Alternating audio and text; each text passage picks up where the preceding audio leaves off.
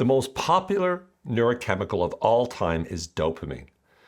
What a lot of people don't realize is that dopamine has been suggested to be able to predict your political affiliation and your personality. I'm going to share with you what a lot of people get wrong and how dopamine actually works in the brain.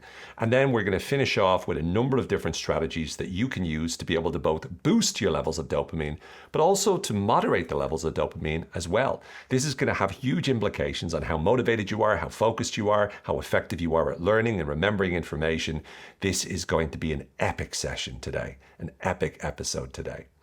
And so in a way, I could argue that I'm, by this description here, increasing levels of dopamine in your brain when you think about learning about dopamine. So you've got dopamine that's driving you to learn more about dopamine, which is pretty cool if you ask me. Well, I think it's cool.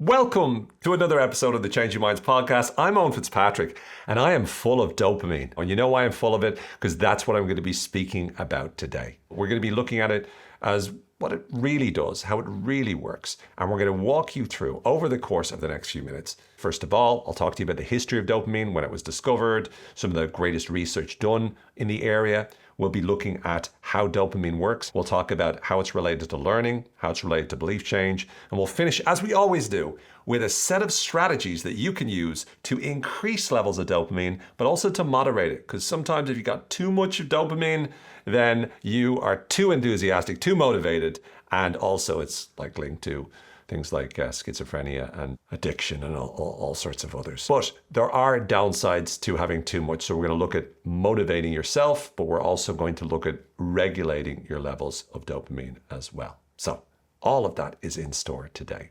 And let's start by talking about what is dopamine.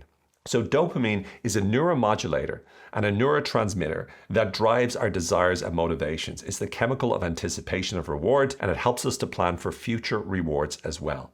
And so it's one of the most, if not the most important chemical that we have in our systems, in our brain. And I want to walk you through a little bit more about the science behind dopamine, how and why I suppose it matters so much. But before I get into that, I just want to give you a little bit of a caveat to start with, and that is to say this: as soon as you hear people talk on a podcast about a neurochemical, they are, by the very nature of the fact that they're talking about it, simplifying it. And so over the course of this episode, I'm going to be describing exactly what's true. Now, I'm going to be simplifying as well. I'm going to be breaking things down into a way that is easy for you to understand so that you can use it. But today we're going to be drawing from the work of a number of different experts. We're going to be drawing from a number of books such as The Molecule of More by Daniel Z. Lieberman and Michael E. Long. Great book all about dopamine. We're also going to talk about Dopamine Nation, Finding Balance in an Age of Indulgence by Dr. Anna Lemke, which is a best-selling book at the moment. We'll refer to Overloaded by Ginny Smith, Lisa Feldman Barrett, the wonderful neuroscientist herself, Camilla Nord, who wrote a book called The Balanced Brain, and of course, the work of Dr. Andrew Huberman and his Huberman Lab podcast. We're going to be focusing primarily on understanding what dopamine is all about. So first of all, dopamine is this neuromodulator and neurotransmitter. The difference really between neuromodulator and neurotransmitter is neurotransmitter is a lot more specific to specific neurons. Neuromodulator tends to be about general activity in the brain. Both of them you can use interchangeably when you describe the power and impact of dopamine. One tends to be much more about the ongoing impact. So for example, when you talk about it as a neuromodulator, that's the overall baseline levels of dopamine. And then if you talk about the specifics, it is a neurotransmitter that's more about the actual increases, significant increases in dopamine whenever you're motivating yourself to do something or whenever there's what we call reward prediction error. All of this is going to be easy to understand as we get into the material. But a really good way to understand it is that the brain has two systems that are influenced by neurochemicals. It has what is known as the here and now system, which focuses on immediate experiences and enjoying what's going on in the moment. And then the dopamine system, which really focuses on future goals. So the here and now molecules would be things like serotonin, endorphins, endocannabinoids, would be those kind of oxytocin, would be those things that you're experiencing in the moment. Dopamine is more about the goal orientation. So it's very much about what you need to get. And if you think about it, I mean, dopamine really has been something we've evolved with to be able to drive us to take action. When we're hunting and gathering, something has to get us out there to hunt and gather. And dopamine is that chemical. It makes us want. And because it makes us want, that's what gets us to actually go out into the jungle, to wrestle the bears, to conquer the land, to come home to our significant other and our family and say, I just killed 3 bears today. And then you eat bear. I think it's terrible eating bears. I really do. I think it's really unfair to the bear. Bear with me. But sorry, I got to pause for a second. See all the bear puns? Pause. Bear with me. I was barely good enough to be kept into the podcast, wasn't it? Oh, it kill me sometimes. Assuming you're saying, I wish you would. So in terms of dopamine, though, dopamine back then in the hunter-gatherer days, it drove us to be able to go out there when we were going to take our action and do what we needed to do. But there's a few interesting things to know about dopamine and a few reasons why it matters. And let's just talk about some of the different phenomena of what we need to know about dopamine. Dopamine is really important for our drive for novelty. So whenever something new happens, our brain is interested in it because this is potentially a reward or it's potentially a danger. It is crucial for innovation. It's crucial for us being able to create new ideas. However, dopamine itself also leads us to feeling dissatisfied. And in really high levels, it can also make us addicted to different things.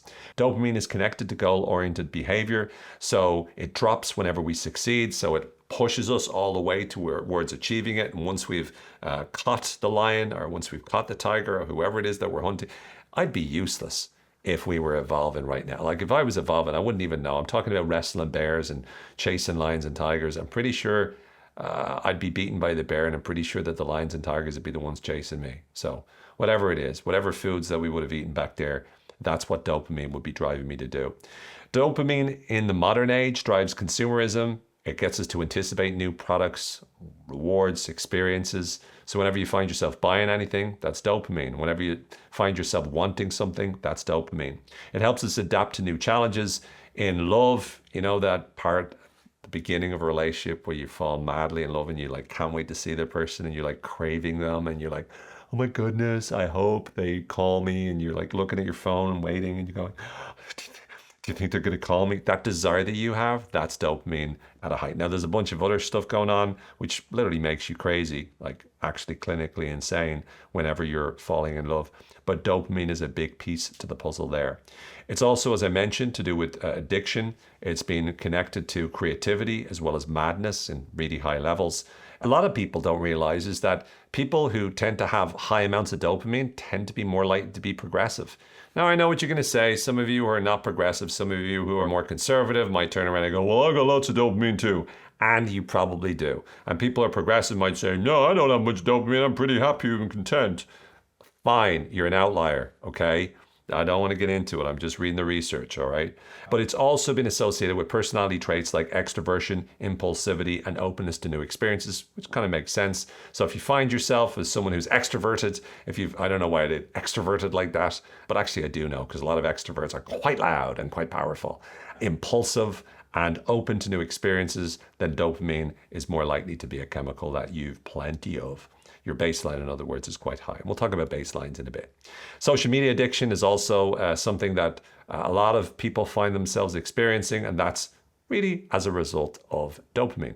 So why does dopamine matter? That's the question we want to start off with. And we want to look at the fact that we have an addiction epidemic at the moment. There's so many people addicted to all sorts. And we talked about social media, but people are addicted to drugs, people are addicted to food, people are addicted to so many different things in the world. And as a result of that, it can ruin lives. So alcoholism, being addicted to drugs, being addicted to gambling, these are things that can ruin lives. So in order to understand them, we need to understand how dopamine works, because dopamine is largely responsible for these addictions.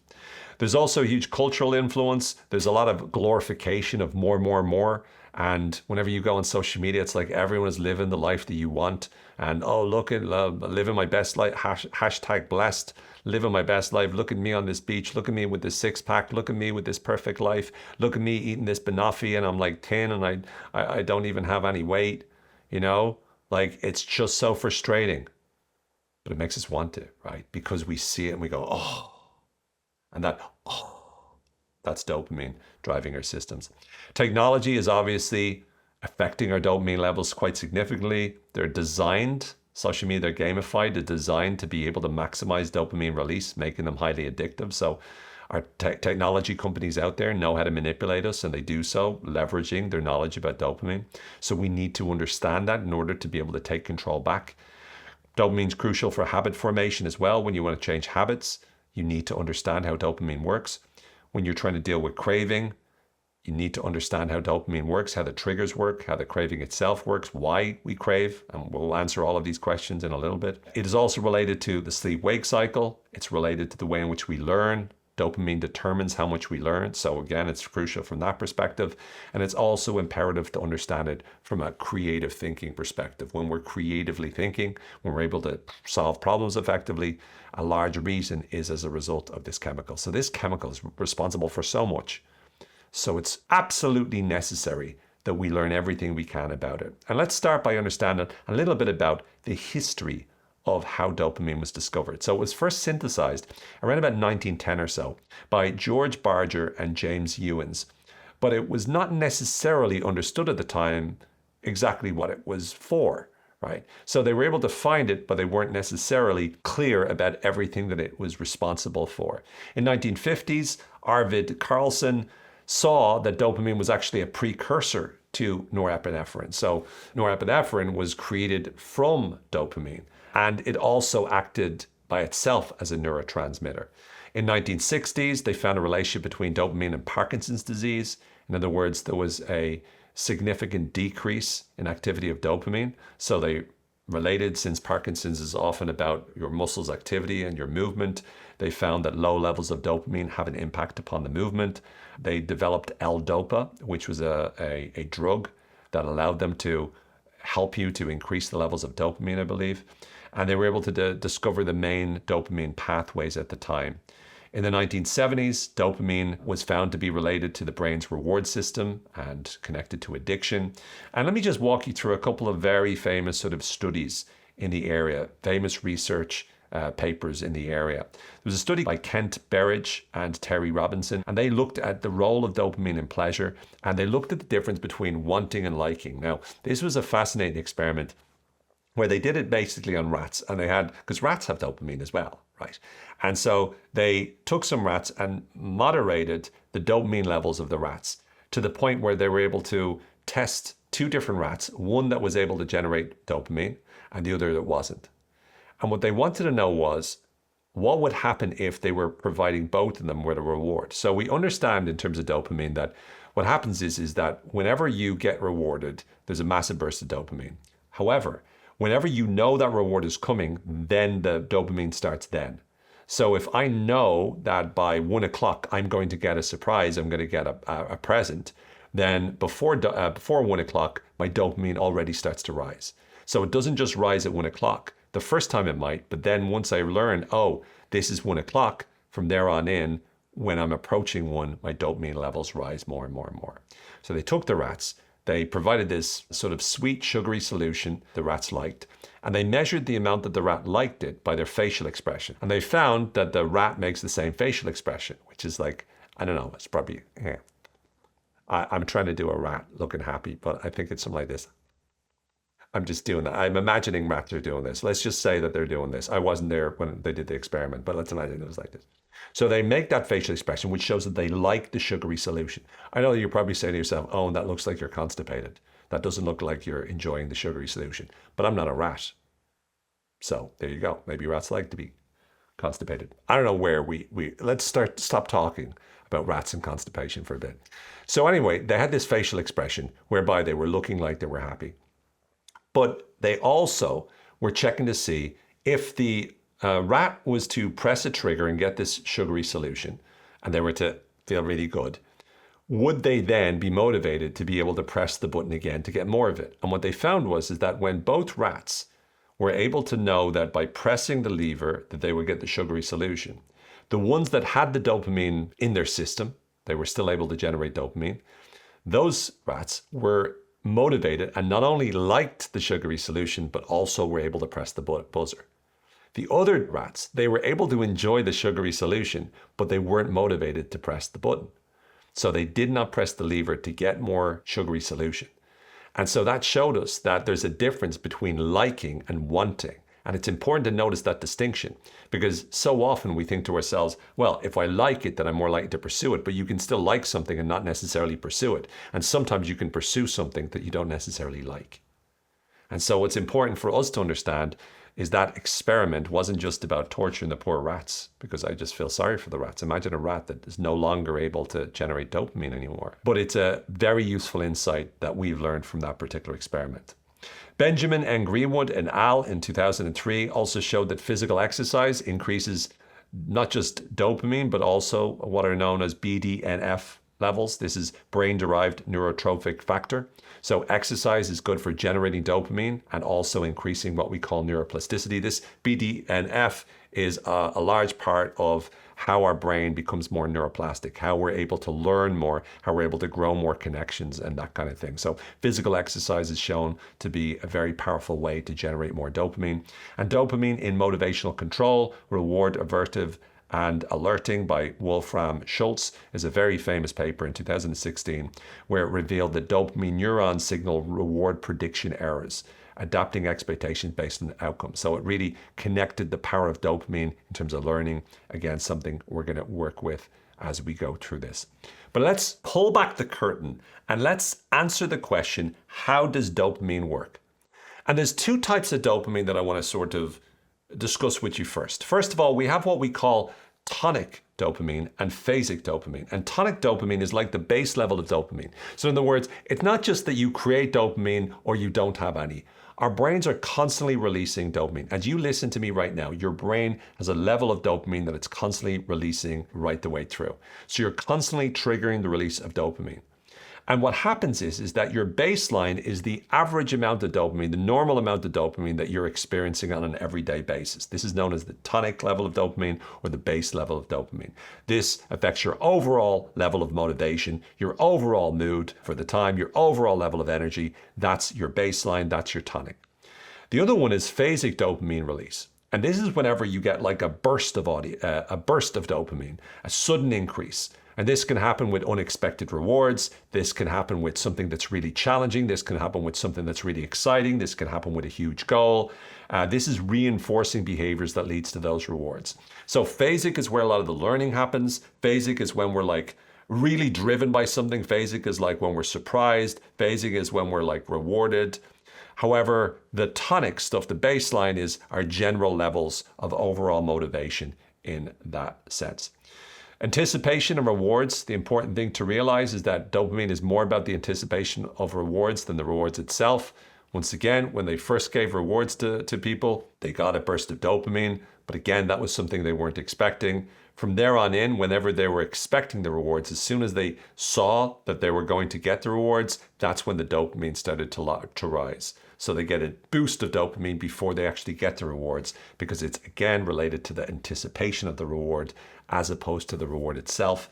And it's also linked to effortful activities, meaning that the more effort we invest, the more rewarding the outcome feels. So the harder something is, the more challenging something is, the more it requires our effort, the more likely we are to get a stronger burst of dopamine. Because again, if you think about it, it kind of makes sense. If you need to accomplish something difficult, well, you need more motivation to accomplish something difficult. Therefore, you need more dopamine in your system.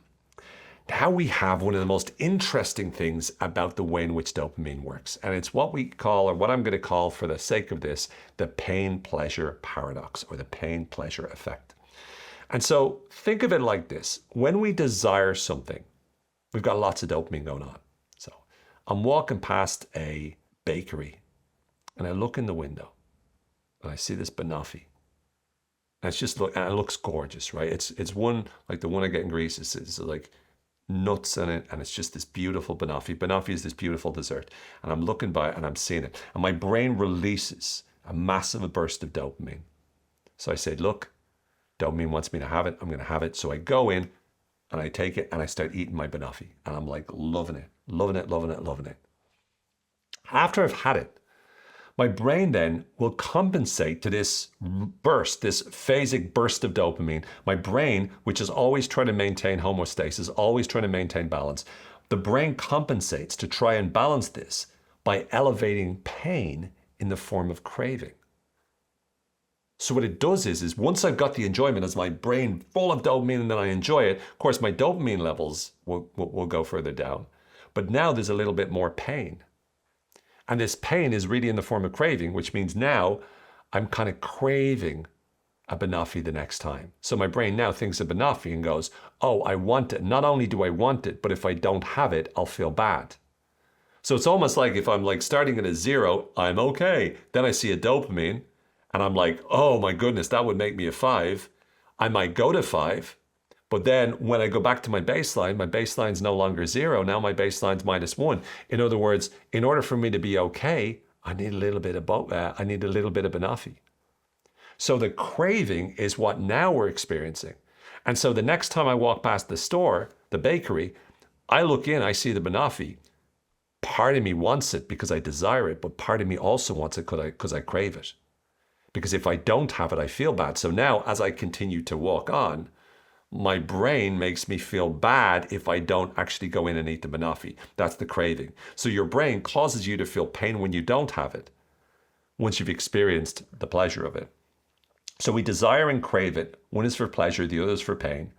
Now, chemicals like cortisol, the stress hormone, whenever we're stressed, this can make it worse. So in other words, whenever we're stressed out, we're more likely to give in to our cravings. The cravings are worse whenever we're stressed. And as a result of that, that's why often when we're stressed, we make poor decisions, and that in turn then causes problems, and that in turn causes more stress, which in turn makes us make worse decisions. So it's kind of like a terrible cycle that we can find ourselves getting into. But what will happen is our brains can soon become tolerant so that you need more of it to feel okay. It'll eventually get to a point where when I eat that banoffee on day 5, for example, if I've done it every day for 5 days, on day 5, I now eat this banoffee. I don't get much pleasure out of it at all. In fact, I don't feel good at all. I just will feel dreadful if I don't have it. And when you look at addiction, you look at alcoholic addiction, you look at drug addiction, you look at gambling, the addictions that we have to those things works the same way. Initially, we feel good. Then the next time, we feel good, but we also feel bad. And then the bad feeling gets progressively worse to the point where, you inject that heroin and it no longer gives you the same feeling as before, but you can't deal with life without it. Or that's how people feel, at least. And then when they go through withdrawal, it's really about resetting that sort of dopamine system as well. But the tolerance means you cease to get as much pleasure out of that activity, which once became pleasurable. So that's the pain-pleasure paradox. And this is something that is gone into more depth by Anna Lemke in her book, Dopamine Nation. So definitely worth checking that out. Let's talk about dopamine versus serotonin. Dopamine tends to be much more about motivation. We talked earlier about how there's the here and now molecules like serotonin and oxytocin and that sort of stuff. Serotonin is much more about contentment and security in the now, in the moment, an overall feeling of well-being. Whereas dopamine is, I'll feel good when I... So it's much more about driving you towards getting the result that you want. Years ago, I would teach about 2 types of happiness. Now, I understand this was even more simplistic and inaccurate, but I would talk about dopaminergic happiness and serotonin happiness. And to me, I was looking at dopamine more about the Western form of happiness, as it's all about achievement. If you do X, Y, and Z, you'll achieve this result, and that'll make you happy. Whereas serotonin would be stay in the present moment, more of the Eastern philosophies, really be in the moment, be in the now, and that kind of makes sense.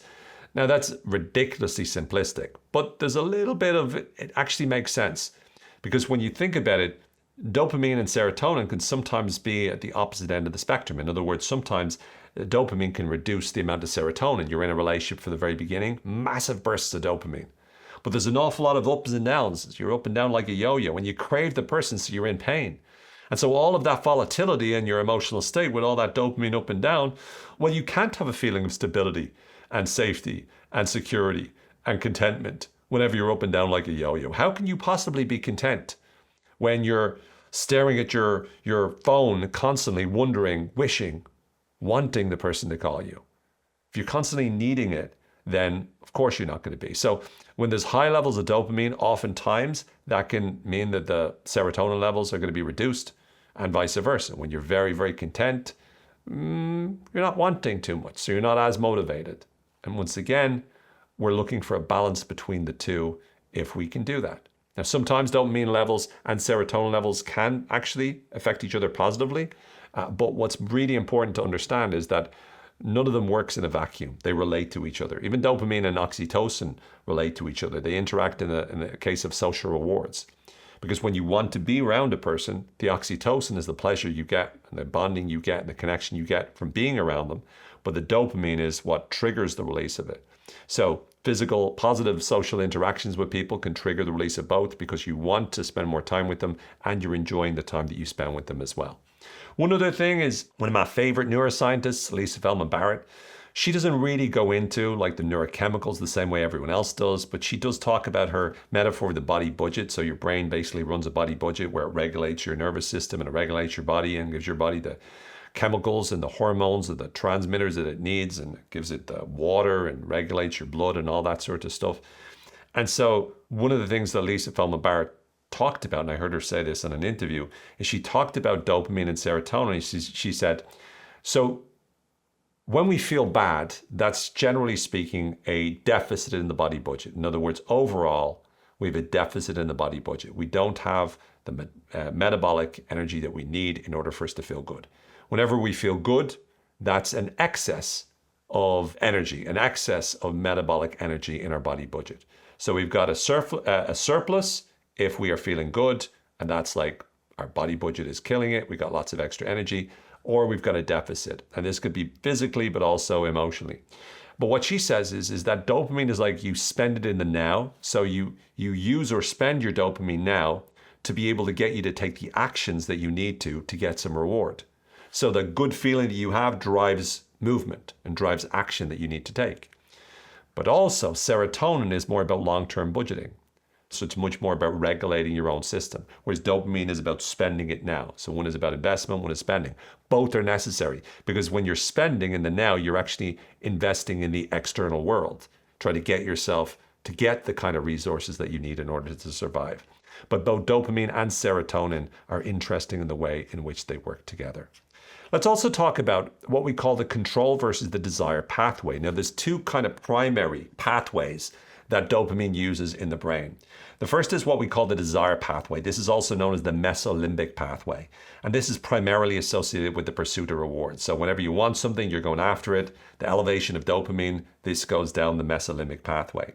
This is to do with motivation, goal-directed behavior, and anticipation and craving. And there's a number of areas that are involved in this. We have what we call the VTA, or the ventral tegmental area. And this is where the dopamine sort of originates. And then it goes down on this pathway to the NA, the nucleus accumbens. And this is really crucial towards our reward processing and our motivation. And so when we're motivated, the VTA sends the dopamine to the NA. There's also the involvement of the PFC, the prefrontal cortex, which evaluates the rewards and guides behaviors. But the motivation itself kind of exists from the VTA to the NA. And there's also some argument to say that the amygdala also plays a part in attaching emotional significance to rewards, which it does indeed, but primarily evaluating the rewards is the job of the front of our brain, which is the prefrontal cortex. There's also the control pathway, which is known as the mesocortical pathway, and this is really responsible for our ability to plan, make decisions, and exert self-control. It allows us to delay gratification, helps us with regards to long-term focus and evaluation of things. This also involves, once again, the VTA, where the dopaminergic neurons lie, where they create sort of the dopamine. But instead of going to the nucleus accumbens, it mainly goes to the prefrontal cortex directly. And two parts, the dorsolateral or the orbitofrontal cortex of the prefrontal cortex. And the dorsolateral is responsible for cognitive control and executive functions, whereas the Orbitofrontal is more about evaluating reward value and decision making. In a nutshell, there's an interaction between the desire pathway and the control pathway. And the desire pathway pushes you towards rewards and experiences, whereas the control pathway regulates the urges to ensure that actions are aligned with your long-term goals. So if you think about it, it's almost like short-term, long-term.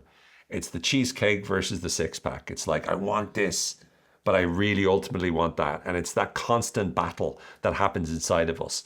And now you've got fancy words to describe what's going on. You can go, oh my goodness, I'm so stressed. And someone can say, why are you so stressed? Well, it's just that, what's happening right now is I've got a lot of dopamine in my mesolimbic pathway at the moment. And I've also got a lot of dopamine in my mesocortical pathway. And both pathways are fighting against each other. And I'm so stressed. Doesn't that make you sound so much cooler because you got those fancy words? Okay.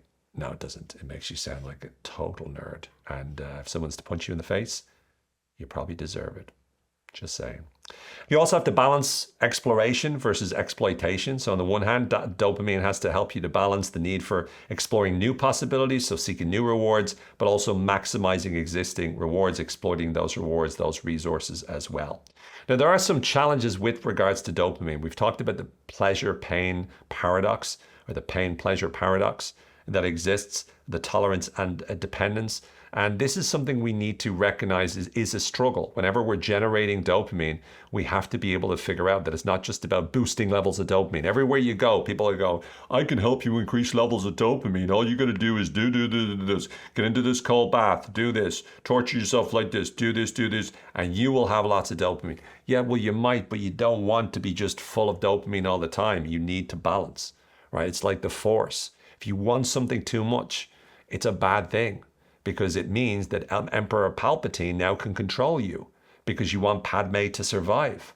And if you want it so much, if dopamine is overwhelming you in that way, then it's easier to manipulate. It's easier to be able to get you to go in and to kill the younglings. I'm hoping all of you are getting these references. And if not, shame on you. Shame on you. These are important references to the first three movies, especially the third movie in the Star Wars franchise, which was way better than the first two. The first two, give me a break. No disrespect if you're watching George Lucas, because I'm sure George Lucas in his spare time checks out the Change Your Minds podcast. Why wouldn't he?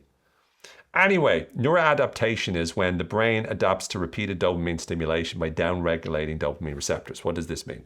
In a nutshell, it means that not only does your brain kind of get used to the dopamine, therefore you get tolerance, but also it makes you overall potentially less motivated. So if you're, I suppose, creating too much dopamine too much of the time, then your brain can adapt accordingly. And as a result of that, ultimately, you're going to find yourself feeling less dopamine as a result. Because once again, remember, your brain is trying to compensate. It's a form of dopamine depletion because you're overstimulating the dopamine system. And that's not necessarily good. So we need to think about dopamine as something that we balance.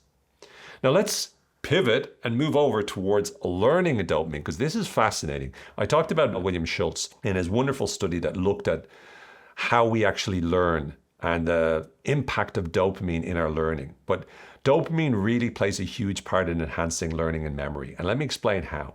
It works based upon the principle known as reward prediction error. Now, this is a really interesting one. So dopamine is involved in making predictions with reward and error signals when there's a mismatch between expectations and reality. So if you think about it, our brains are prediction machines. Our brains are trying to figure out what do we expect to happen. And as a result of that, our brain sends signals and does the things it needs, regulates the body budget, all that sort of malarkey. So our brains are constantly trying to predict what happens next.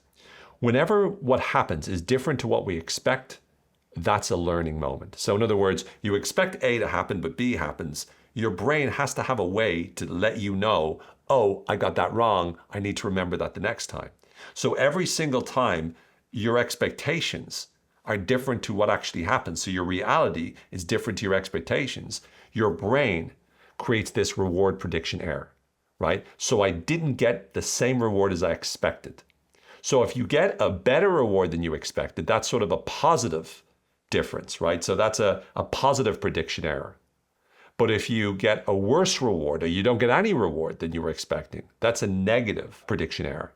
So if you get a positive prediction error, that's a really good feeling. In other words, a phasic amount, a burst of dopamine occurs whenever you get a better reward.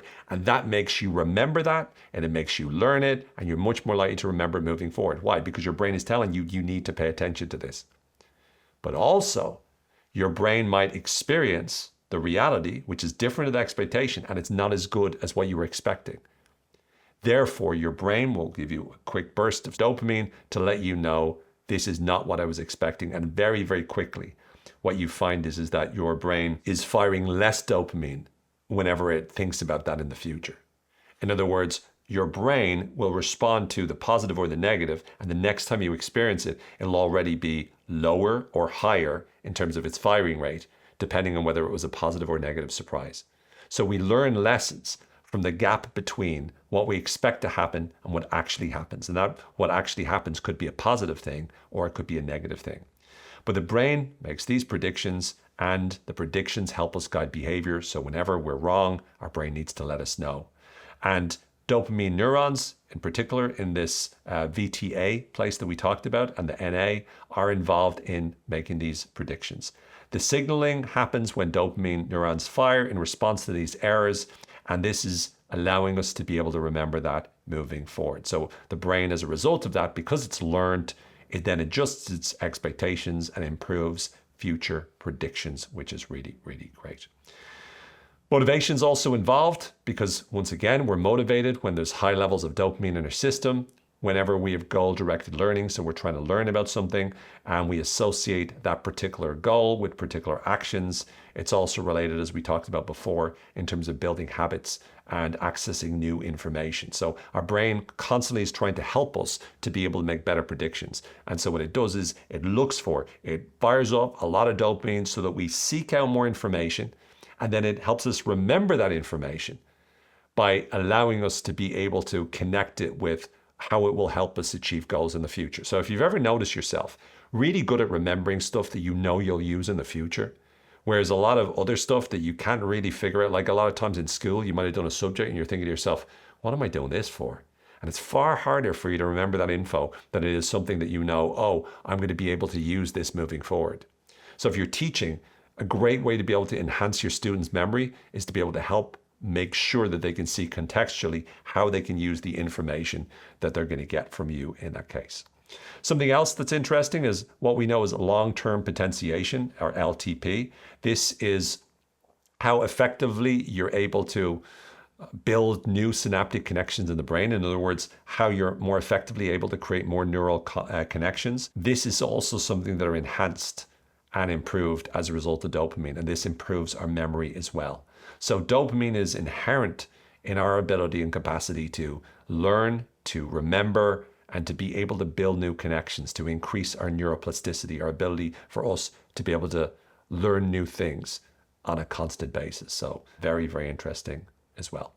Now, this reward prediction error also is responsible when we talk about the next topic, which is beliefs and dopamine. And how does belief change relate to dopamine? Well, actually, whenever we encounter new information or new experiences that challenge our existing beliefs, this is one big reward prediction error. This is dopamine at play, letting us know, hey, Owen, you were wrong. Now, I'm not used to being wrong, right? But occasionally it happens. And when it happens, that's dopamine in my brain, dopamine filling my brain going, Owen, you need to pay attention to this. You thought this, but actually it's this. Now all of a sudden I go, oh. And if you ever want an example of a belief change, the sound a belief change would make, it would be like, oh. It also sounds like a sound from a horror movie. Oh, I'm here. It's like a ghost. I'm going to get you. See, same kind of thing. So maybe there's a relationship between ghosts and beliefs. Or maybe if you don't believe in a ghost, maybe that's where it came from. You didn't believe in a ghost and then you heard it. From there on in, that became associated with the belief change effect. I'm totally going down rabbit holes that I don't even know where they lead to. Sorry for letting you into my imagination, but let's bring it back to reality again. Let's get straight back to dopamine. But when it comes to belief change in dopamine, we have to look at the fact that in order for us to be able to change beliefs, we need to be able to recognize where our beliefs are erroneous. So you have expectations, you've got outcomes, and then you've got the prediction error. So you expect A to happen, B happens instead. And you could say, well, you learn then. But when A is a belief, when you expect A, the belief, I believe this will happen, and it doesn't, that allows you to open up. And as a result of dopamine, as a result of neuroplasticity, it allows you to build a new connection. So it provides with you the opportunity to build what we call cognitive flexibility, your ability to start to be more flexible with your thinking, or as I call it, developing what I call the belief growth mindset, your belief that you can actually improve and update your beliefs. You can change your beliefs and it will help you to change your life as well. And social rewards can also help you to change your beliefs through dopamine. If you get approval or acceptance as a result of believing something new, this can trigger dopamine release. It makes you feel good, gives you a nice little reward, which makes you more likely to actually keep believing it. And if you think about it, in my scaled model of belief leadership, I talk about the D as desire or drive. This is really that we believe whatever we want to believe. Well, so often the beliefs that we have are things that are driven by that. So, for instance, a lot of the reason for polarization or the reason why people just choose to believe what their size believes because they want to still be part of that group.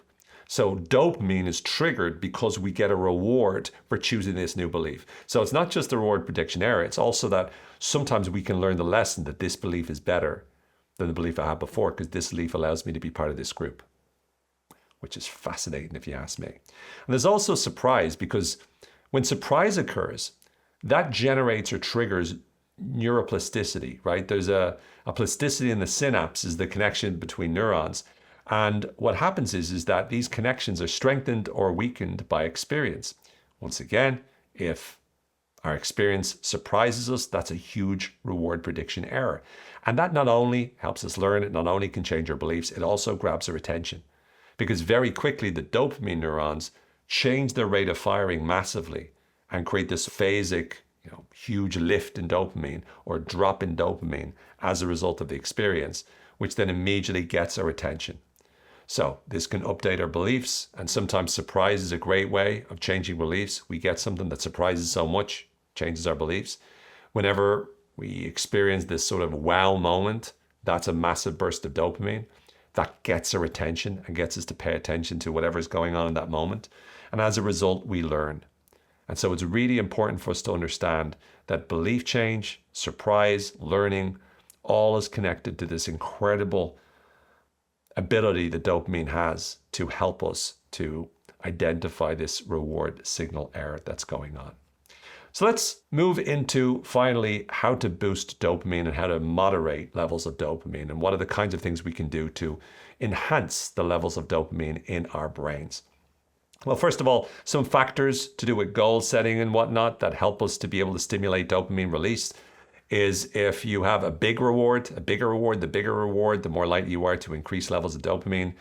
With just the pure possibility of the reward, so the more possible it is, the more you'll elevate low levels of dopamine. The unpredictability of the reward, in other words, if you know it's definitely going to happen, then it's not as much dopamine is released than if it's, I think it's going to be like this. So, 70, 80% is really a lot of dopamine that is being triggered because I know I need to, remember it's connected to effort. So I need to put in effort to make it more likely to happen. So that's why when you go gambling, the dopamine works so well because you're not going to win every time and you're not going to necessarily lose every time if you play for long enough. But you're going to lose, but you know that you have a shot at winning each time. And that's what maximizes the drive of dopamine.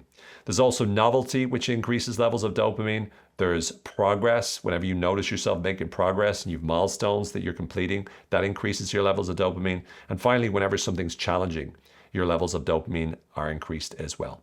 But I'm going to talk you through actual tactics you can use. We'll talk about physical tactics, we'll talk about social tactics, and we'll talk about psychological tactics. So first of all, these are the kinds of things that can increase and regulate your levels of dopamine. Increasing, we talked about the study, increasing regular physical exercise. When you exercise regularly, that increases your overall baseline levels of dopamine. When you eat healthy and you eat certain foods that are rich in a chemical called tyrosine, which is a precursor to dopamine that can help support healthy dopamine production. Again, make sure that you're adapting your nutrition with the support of a doctor. You don't want to be transforming your diet just based on, I want to create more dopamine. There's other ways that you can increase dopamine just as powerfully that won't affect other areas of your life as much. Creating a balanced lifestyle will help sort of balance the levels of dopamine because you want a mix of work and leisure and rest and all three of those areas. Reducing stress is also going to be good for you because it allows you to be able to be more clear about what you do want, and the cortisol that's released whenever you're stressed is not going to make the craving worse, for example. In that context, you want to reduce stress. Include social interactions, positive social interactions with people that you like. Expose yourself more to nature. Sleep better and sleep longer and sleep deeper. Drink lots of water. These are the fundamentals at play. Obviously, avoid substance abuse. Get yourself out and get some sunshine and vitamin D.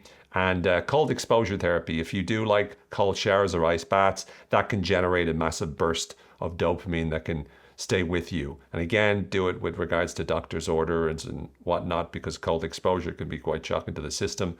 But if you do it, it's been shown to increase dopamine levels and also positively impact your mood and energy. A few things that you can do from a social perspective is healthy relationships that you have. That's naturally going to help you to feel more motivated. And as a result, you'll start to be feeling a higher dose of dopamine in your system. Volunteering and helping other people elevates levels of dopamine, as does spending time in the music and arts. So when you're around music, you're around arts, you're around movies, all of those are allowing you to boost levels of dopamine about things that work well. Then finally, psychological dopamine. Here's some ways to be able to get better from a psychological perspective. You're setting goals, set clear, challenging, exciting goals that really motivate you. That will elevate levels of dopamine and give you frequent dopamine hits. Positive reinforcement whenever you do something that you want to keep doing. Reward yourself in some way, and not every time, but the first couple of times, then every now and then, give yourself rewards. Experience or practice what's known as dopamine fasting. This is really your ability to be able to try to put yourself in a position each week where you're not surrounded by any technology, you're not doing anything in particular that you really want that gives you an actual result. Sometimes you just play, you're just messing about. You're doing something purely for the pleasure of doing it, not with any huge goal in mind. And just giving yourself a little bit of space like that means that you're less likely to have a sort of an overloaded dopaminergic system. Engage in mindfulness and meditation can also regulate it. It reduces stress and sort of balances dopamine levels. Being curious and learning is a great way to enhance dopamine levels, as are mental challenges, challenging yourself mentally with puzzles or whatnot. Gratitude practicing, so when you stop and spend time feeling what you're grateful for, that can increase dopamine levels and improve your mood. Thinking about your purpose and meaning in life can also be positive, again, as you're working through the system. Self-binding strategies, these are really strategies that set limits for yourself and make it so that you create barriers. So in other words, make it harder to get the kinds of things that are bad for you, make it easier to get the kind of things that are good for you. That can help you to regulate levels of dopamine so you're moving in the right direction. And delayed gratification. If you learn to delay gratification, you learn patience and you leverage the power of discipline, this can help you to be able to regulate and modulate the levels of dopamine in your system as well. So some really, really great strategies that you can use from a dopaminergic perspective. So that is all we have on dopamine. Hasn't it been a fascinating, fun ride? I know you're thinking to yourself, Owen, when I first started this episode, I'm thinking to myself, how can anyone make a neurochemical sound so much fun? But you did it, you did it, you did it. And now I'm hoping that your brain is full of dopamine and you want to check out more episodes. At the end of this, you'll see a recommendation for another episode of the Change Your Minds podcast where you'll get to learn more, which in turn will enhance your dopamine levels. And as you notice that some of the things you thought were true actually aren't, that will create a reward prediction error where dopamine will help you to pay attention to the lesson. And as a result, you just keep getting smarter and smarter and smarter and happier until you live happy ever after. And you're thinking to yourself, my life is wonderful. Why? Because you listen to the Change Your Minds podcast. Anyway, thanks very much for watching. Hope you found this useful. I hope you feel super motivated and full of dopamine. And with that in mind, take care, be well. Please do rate and review the podcast. Let people know. Spread the word. Spread the word. Oh, and if you're looking for products by me, if you go to changeyourminds.com, you go to the store there, you'll see you can get access to a bunch of different schools. I have one on motivation school, habit school, a bunch of other things which you might like.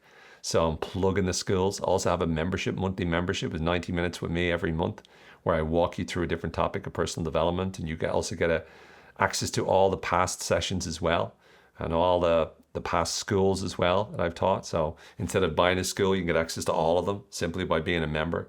And it's a month-to-month membership. So that's all, changingminds.com. Check it out. I think you might like it.